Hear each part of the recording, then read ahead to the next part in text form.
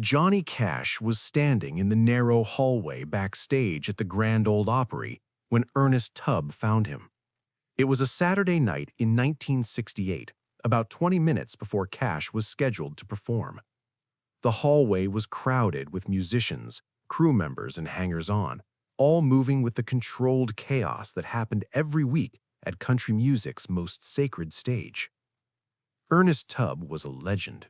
He'd been performing at the Opry since 1943, back when it was still at the Ryman Auditorium. He'd helped define what country music was: the clean-cut image, the Western suits, the songs about heartbreak and honky-tonks that made working people feel seen. He was in his mid-50s now, still performing, still respected, but watching the music he'd helped build change into something he didn't quite recognize. And Johnny Cash was part of that change. Tubb walked up to Cash with purpose. His face was set, his jaw tight. People in the hallway noticed. Conversations stopped. Someone touched Tubb's arm as if to stop him, but he shook them off. "John," Tubb said. His voice was loud enough that people turned to look. "I need to talk to you." Cash had been going over his set list with his guitarist.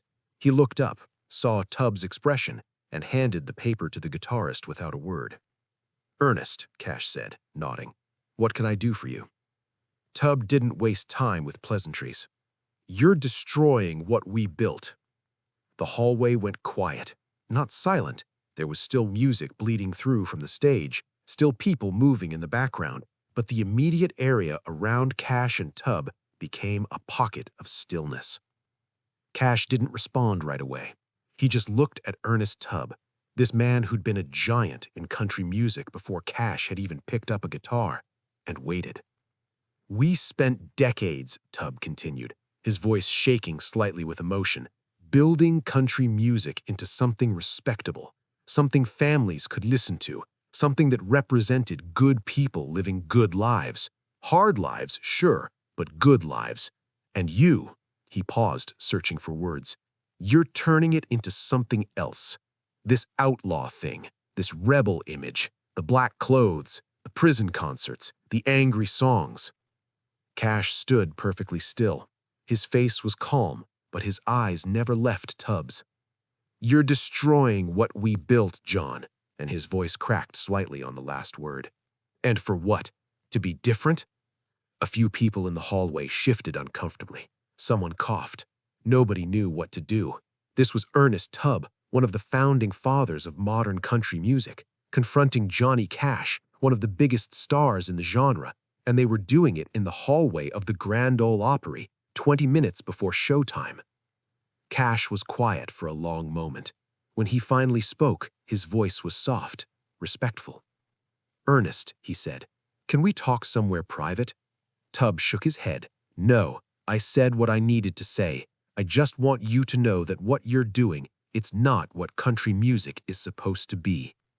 Cash nodded slowly. Then he said, "You're right." Tubb blinked. That wasn't the response he'd expected. "You're right, Ernest," Cash continued. "I am destroying what you built." The hallway was completely silent now. Even the sounds from the stage seemed to fade into the background. Everyone was watching, waiting to see what Cash would say next. "Because what you built," Cash said, his voice still quiet but carrying clear through the space, "forgot the people I sing for." Tubb's face tightened. "What are you talking about?" "The people in prisons," Cash said. "The people who made mistakes and got locked away. The people who work hard and still can't get ahead.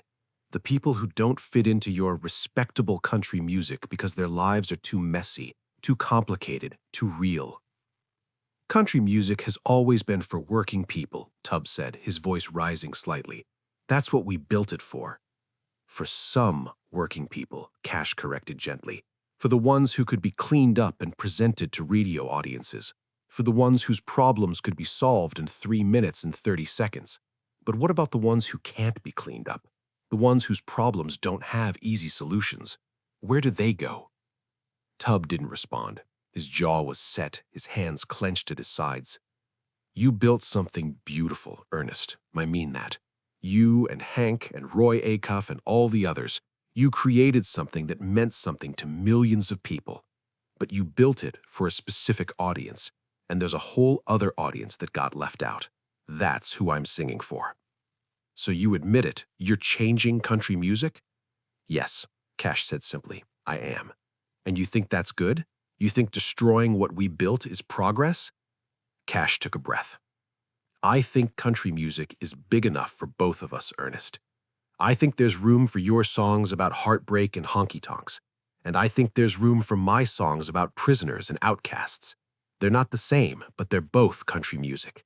They're both about real people living real lives." Tubb stared at him. "You don't understand what you're doing. You're taking something pure and making it dark." "I'm not making it dark," Cash said. "I'm just not hiding from the darkness that's already there. Life isn't all honky-tonks and heartbreak, Ernest. Sometimes it's prison cells and broken families. Sometimes it's addiction and poverty and violence. And those people, the ones living in that darkness, they deserve music too. They deserve to hear someone singing about their lives, not judging them, not trying to fix them, just acknowledging that they exist." The hallway was so quiet you could hear people breathing. Nobody moved, nobody spoke. They were witnessing something that felt important, even if they didn't fully understand what it was.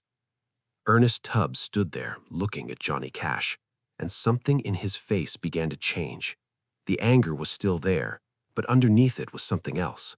Confusion, maybe, or recognition, or just the slow, painful realization that the world he'd helped create was moving on without him. He opened his mouth like he was going to say something.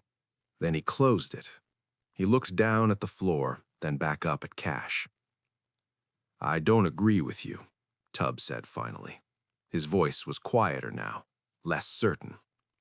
"I think you're wrong about what country music should be." "I know, and I respect that." Tubb nodded slowly. Then he turned and walked away, back down the hallway toward his dressing room. People stepped aside to let him pass. Nobody said anything. Cash stood there for a moment, watching Tubb go. Then he turned to his guitarist, took back his set list, and continued preparing for his performance as if nothing had happened. But something had happened. Everyone in that hallway knew it. They'd witnessed a moment when two different visions of country music had collided, when the old guard had challenged the new direction, and when the challenge had been met not with anger or defensiveness, but with acknowledgement and explanation. The story spread through the Opry that night. By the time Cash took the stage, everyone backstage knew what had happened. Some people sided with Tubb. They thought Cash was disrespectful, that he was destroying something beautiful for the sake of being edgy. Others sided with Cash. They thought Tubb was stuck in the past, that he couldn't see that music needed to evolve to stay relevant. But most people didn't pick a side. They just recognized that they'd witnessed something important, a changing of the guard, a moment when country music's future confronted its past. Ernest Tubb and Johnny Cash never became friends. They were cordial when they saw each other, professional, but there was always a distance between them, a fundamental disagreement about what country music was and who it was for. Tubb continued performing for years. He maintained his traditional style, his respectable image, his connection to country music's roots, and he was beloved for it. People appreciated that he'd stayed true to what he believed, even as the music changed around him. Cash continued evolving. The outlaw movement grew. His prison albums became legendary. His image as the man in black, the voice for the voiceless, the singer who wasn't afraid of darkness, solidified. And country music, for better or worse, changed. It became bigger, more diverse, more willing to tackle difficult subjects. It made room for outlaws and rebels alongside the traditional artists. It expanded to include voices that had been excluded before. Whether that was progress or destruction depended on who you asked. Years later, in the late 1970s, Ernest Tubb was doing an interview for a documentary about the history of country music. The interviewer asked him about the changes the genre had gone through. Tubb was quiet for a long time. Then he said, "I didn't like it when it was happening. I thought people like Johnny Cash were ruining what we'd built, making it dark and angry and rebellious. I thought they were destroying country music." "Do you still think that?" the interviewer asked. Tubb shook his head slowly. "No, I think maybe they were expanding it. We built country music for one kind of person, and Cash, he opened it up for other kinds of people. People I didn't think about, people I didn't know how to reach. And maybe that was necessary. Maybe country music needed to be bigger than what we made it." He paused, looking down at his hands. "I told Cash once that he was destroying what we built, and he didn't argue with me. He just said I was right, that he was destroying it. But he was doing it because what we built had forgotten people. I didn't understand that then. I thought he was being arrogant. But now," Tubb trailed off, "now I think maybe he was right. We did forget some people, and Cash remembered them." The interviewer pressed, "Do you regret confronting him?" "No," Tubb said. "I said what I needed to say, and he said what he needed to say. We disagreed, that's okay. You don't have to agree with someone to respect them, and I respected Cash. Even when I thought he was wrong, I respected what he was trying to do." Johnny Cash never spoke publicly about the confrontation with Ernest Tubb. When asked about the tensions in country music during the outlaw movement, he'd usually say something diplomatic about how there was room for everyone, how traditional artists and newer artists could coexist. But people close to Cash said that moment at the Opry had affected him, that Ernest Tubb's words, "You're destroying what we built," had forced Cash to articulate something he'd felt but hadn't fully expressed, that he wasn't trying to destroy country music, he was trying to expand it, to make it big enough for the people who'd been left out. The confrontation became legendary in country music circles. Different versions of the story emerged over the years. Some said it was more heated than it actually was. Others said Cash had been more aggressive. A few claimed Tubb had cried. But the people who were actually there that night in that crowded hallway backstage at the Grand Ole Opry remembered it differently. They remembered the quiet intensity, the respect underneath the disagreement, the moment when two men who loved the same music saw it completely differently and had the courage to say so. Ernest Tubb died in 1984. Johnny Cash was one of the many artists who paid tribute to him. Cash's statement was simple. Ernest Tubb was a giant who helped build country music into what it became. His contribution can't be measured, and his dedication to what he believed in was absolute. It was a respectful statement, appropriate, but it lacked the warmth Cash usually showed when talking about people he'd truly connected with. Because he and Ernest Tubb hadn't connected, not really. They'd respected each other. They'd understood that they were both trying to do right by country music, but they'd never agreed on what that meant. And that was okay. Because sometimes progress requires tension. Sometimes evolution requires disagreement. Sometimes the only way forward is for someone to challenge what's been built and say, "This isn't big enough anymore. We need to make room for more people." That's what Johnny Cash did.